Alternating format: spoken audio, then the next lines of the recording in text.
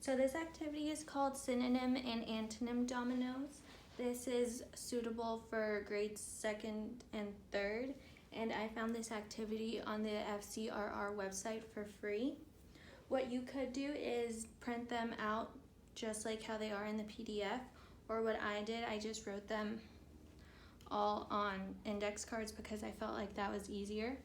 And the way you start it, I would have students work on this in pairs, so it's a little more fun for them. You would start with the synonym dominoes, and then the first domino that you need to do is the one that says start, and then it says small, so you would find the domino that has a word with the similar meaning as small, so that's little, and then you can just place it like this or like this, whichever way you want. It's just like other regular dominoes. And then end, what's the similar meaning is end, it's finish, and you would just keep going until you get to the domino that says stop. And that's how you do the synonym dominoes. An extension that I thought of was to have students choose one of the words that is provided in the dominoes.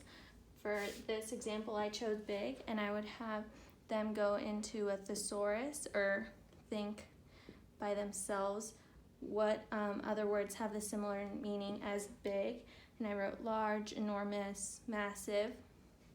So this is just another way that you could make this activity a little more challenging for kids that are at a higher level. For the antonym dominoes, you do the same thing. You find the one that says start, and then you find the word that has the opposite meaning as after.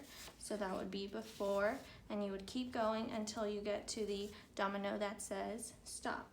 An extension that I thought about was, since I would use this activity for partners, I would have one student choose one word from the domino. I had student A choose under. They would write a sentence that kind of illustrates the meaning of the word in the sentence and also draw a picture of it. And then the other partner would choose the opposite word. In this case, it's over, and then they would also draw a picture of it, and they would just see how each word has different meanings, therefore the pictures should have different meanings as well. And again, this is available on the FCRR website for free if you want to do it.